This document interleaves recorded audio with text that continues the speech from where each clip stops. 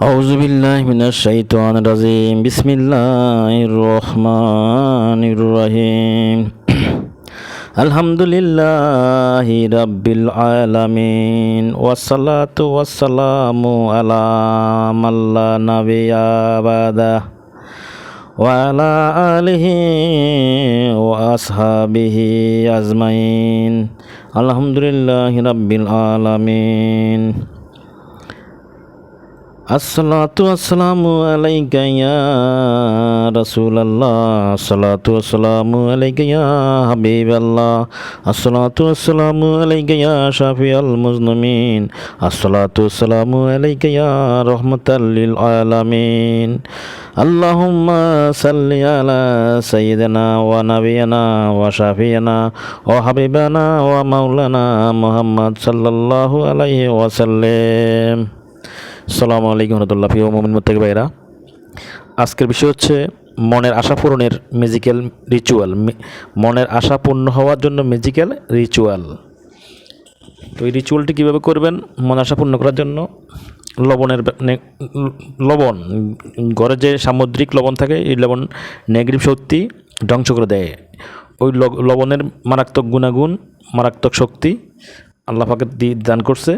এটা নেগেটিভ শক্তিকে ধ্বংস করতে পারে এবং পজিটিভ শক্তি তখন জাগ্রত হয়।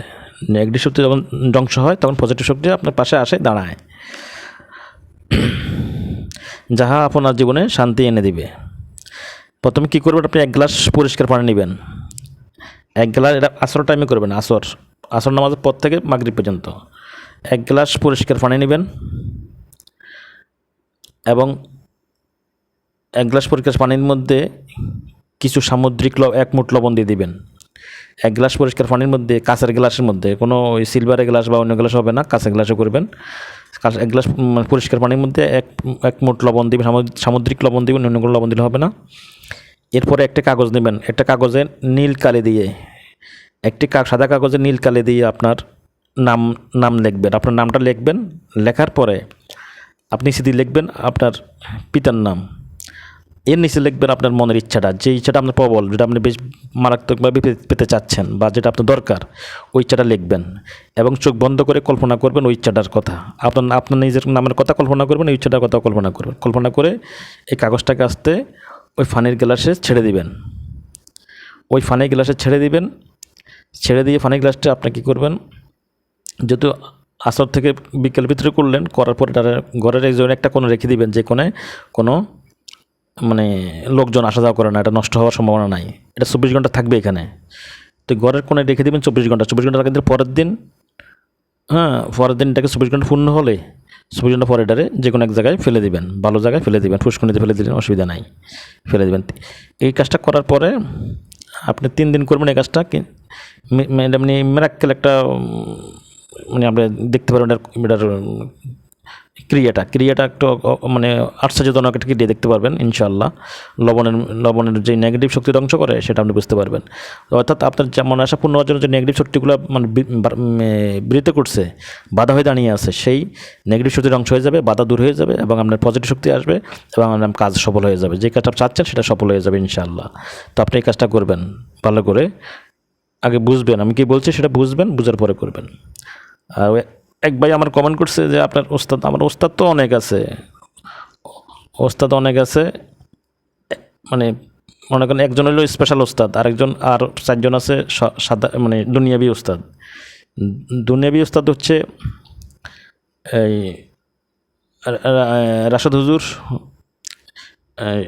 ওই যে শিরিক মুক্ত জিনুজাদু চিকিৎসার রাশেদ ভাই। এরপরে আছে খুলনার এমএড আলী। তারপরে আছে মুফতি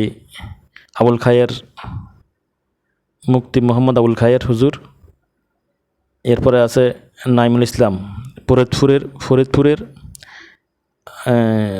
মুফতি হাফেজ মাওলানা নাইমুল ইসলাম ফরিদপুরি, ঠিক আছে, উনি আছে।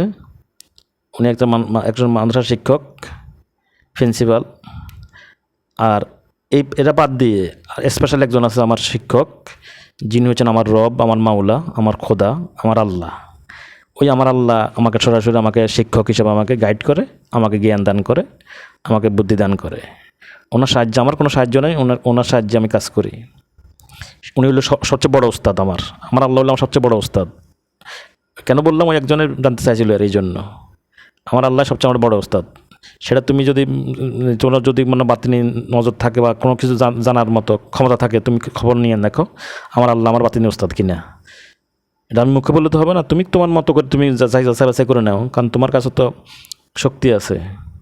শক্তি দুই প্রকার, এটা কুফরি শক্তি, এটা হলো ইমানি শক্তি। তো যেই শক্তি থাকুক তুমি যাচাই করে দেখো আছে কি না।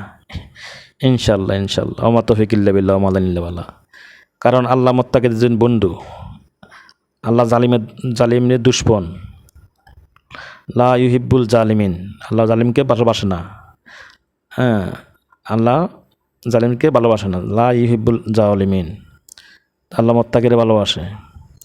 ঠিক আছে নি? তো যাক, বেশি কথা বাড়াবো না, আপনি আমলটি করবেন। ওমা তৌফিকুল্লাহ বিল্লাহ মালানিল্লাহ।